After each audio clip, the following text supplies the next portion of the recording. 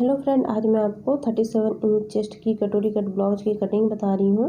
तो ये देखिए, इस तरह हमारा ये मेज़रमेंट है। तो इसी मेज़रमेंट से हम आज इस चार्ट पेपर पे कटिंग करेंगे।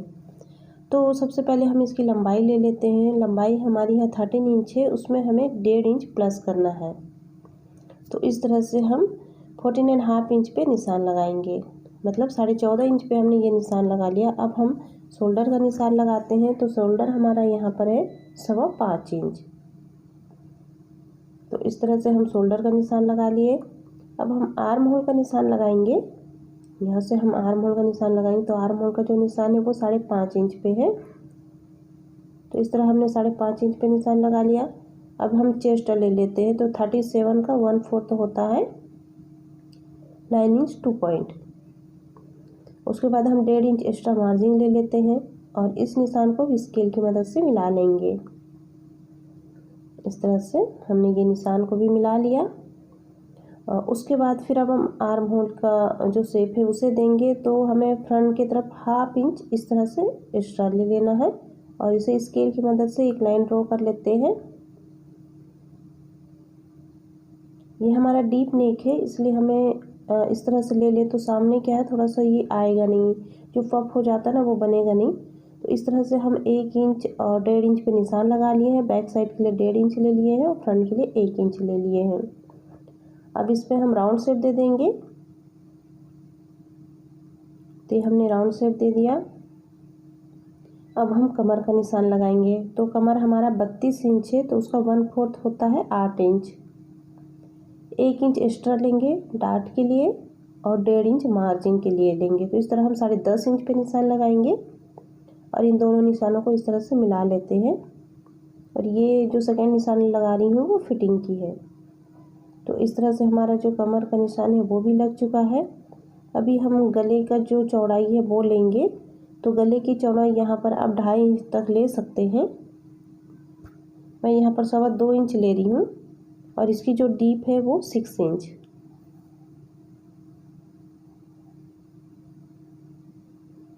इस तरह से नीचे आप हल्का सा फैलाव दे सकते हैं। तो इस तरह से आप हल्का तिरछा निशान खींच के एक लाइन ड्रॉ कर लीजिए। तो इससे गले का जो राउंड है वो काफ़ी अच्छे से आता है। इस तरह से हमने राउंड शेप दे दिया। शोल्डर 1/2 इंच डाउन करेंगे। अब नीचे हम तिरछी पट्टी का निशान लगाएंगे। तो ये फ्रंट से मैं 3.5 इंच ले रही हूँ और दूसरी तरफ से हमें 2.5 इंच लेनी है। और यहाँ पर हम एक लाइन ड्रॉ कर लेते हैं। इस तरह से हमने ये लाइन ड्रॉ कर लिया। अब यहाँ से हल्का हम शेप दे देंगे। इस तरह से हमने शेप दे दिया। ये हमारी तिरछी पट्टी हो गई। अब हम कटोरी का निशान लगाएंगे। तो जो कटोरी का निशान है वो हम 6.25 इंच पे लगाएंगे। इस तरह से हमने 6.25 इंच पे लगा लिया। आर्म होल से हम 2 इंच पे लगाएंगे। तो इस तरह से हम 2 इंच पे निशान लगा लिए आर्म होल से और गले से हम 5 इंच पे निशान लगाएंगे। अब इन तीनों निशानों को हमें मिला लेना है। इस तरह से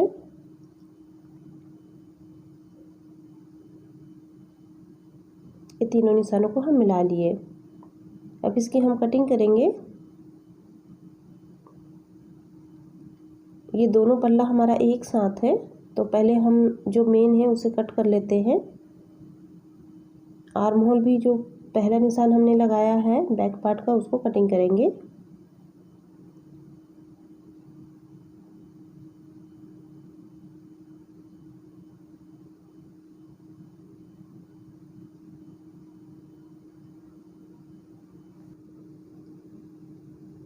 अभी नेक पे हम छोटे कट लगा लेते हैं। इस तरह से फिटिंग के भी लगा लेंगे, जहाँ पर हमने फिटिंग दी है उस पर भी इस तरह से हमने कट लगा लिया। अभी दोनों पार्ट हमें अलग कर लेना है। और जो फ्रंट है हमने निशान लगाया आर्म होल पे डीप, उसकी कटिंग करेंगे।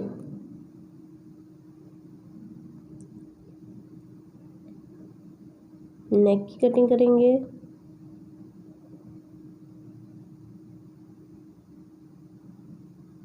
तिरछी पट्टी भी हम अलग कर लेते हैं।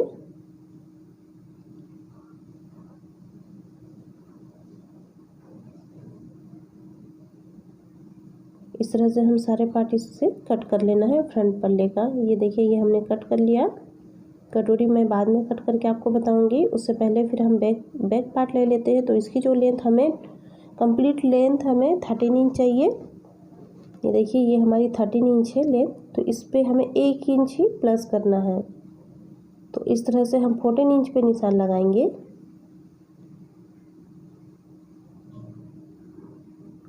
और एक्स्ट्रा कट कर लेंगे।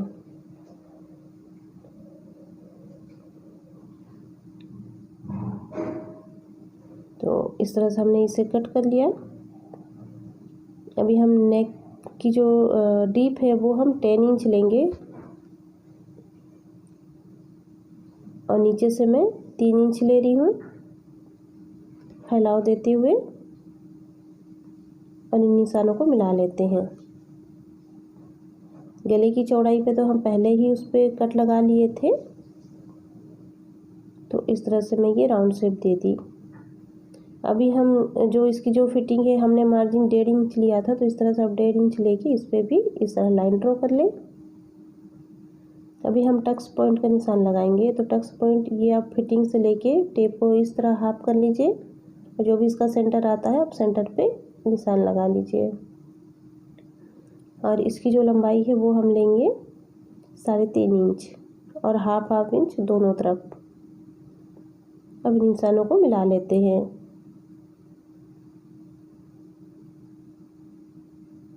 तो ये हमारा टक्स हो गया। अब नेक की कटिंग कर लेंगे।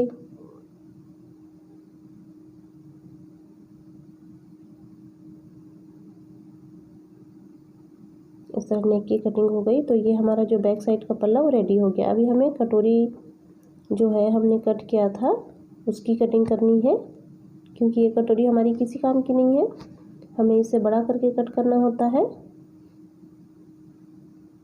तो इस तरह से हम चार्ट पेपर ले लिए और कटोरी को आप इस तरह रख लीजिए जैसे कि मैं रख रही हूँ वीडियो में।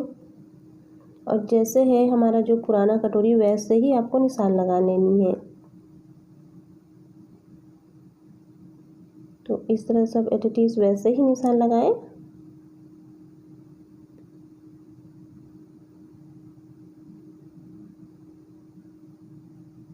अब इसे अलग कर लेंगे।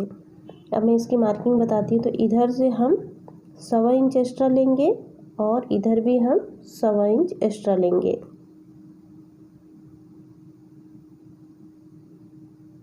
इस तरह से हमने निशान लगा लिया। और गले पे भी हम हाफ इंच एक्स्ट्रा लेंगे, क्योंकि ये हमारा दबाव में चला जाएगा।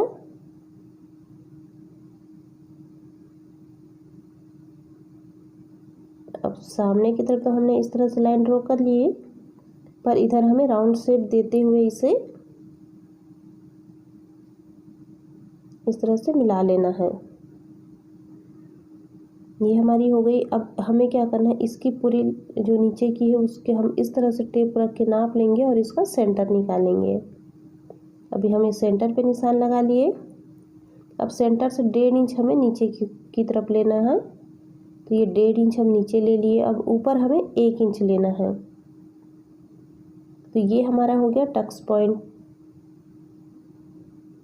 1 इंच ऊपर की तरफ, 1.5 इंच नीचे की तरफ। अब इसे हमें तिरछे में मिला लेंगे।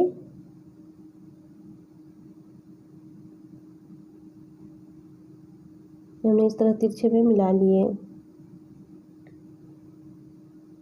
अब इसकी कटिंग कर लेते हैं।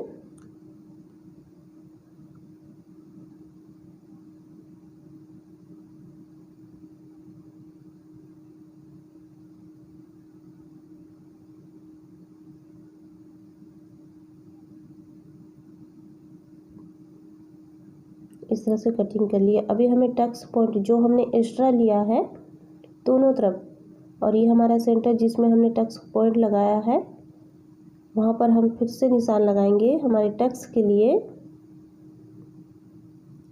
1.25 इंच का। इस तरह से जितना भी आप एक्स्ट्रा लेंगे उतना ही निशान लगाएं। अगर 1.5 इंच लेते हैं, 1.5 इंच एक्स्ट्रा लेते हैं तो 1.5 इंच का ही निशान लगाएं।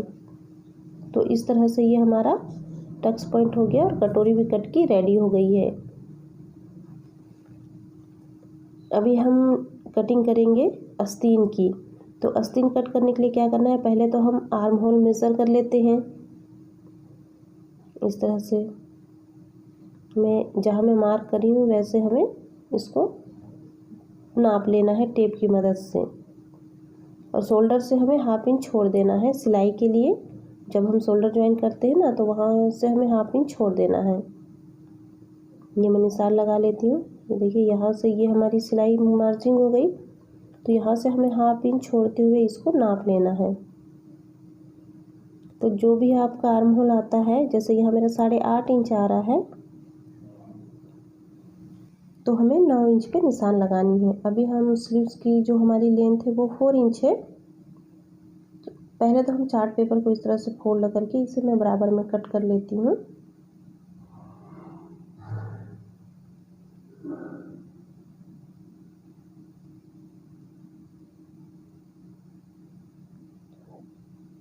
ये मैं कट कर ली। अभी हमें हमारी जो स्लीव्स की लंबाई है वो 4 इंच है, तो मैं 1 इंच एक्स्ट्रा लूँगी और 5 इंच पे निशान लगाऊंगी। इस तरह से मैंने 5 इंच पे निशान लगा ली है।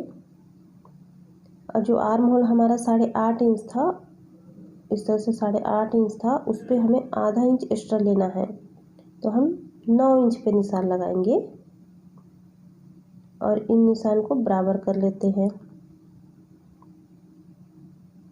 स्लीव्स राउंड ले लेते हैं 6.5 इंच। ये हम 6.5 इंच पे निशान लगा लिए। अब यहाँ से भी हम 5 इंच पे निशान लगाएंगे और इन दोनों लकीरों को बराबर कर लेते हैं। अब नीचे से हमें 2.5 इंच पे एक निशान लगाना है, तो हमने 2.5 इंच पे निशान लगा लिए। ऊपर से भी हम 2.5 इंच पे निशान लगाएंगे। अब इन निशानों को स्लीव्स की शेप देते हुए इस तरह से मिला लेंगे।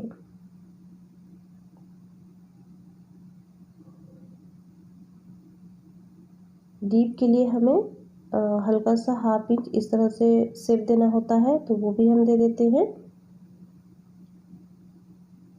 और जो हमारा राउंड है उसे भी मिला लेंगे, और जितना भी आप एक्स्ट्रा मार्जिन ब्लाउज पे छोड़े हो कटिंग पे, उतना ही आप इस पे 1.5 इंच इस तरह से मार्जिन छोड़ के लाइन ड्रॉ कर लीजिए और इसे भी कट कर लीजिए।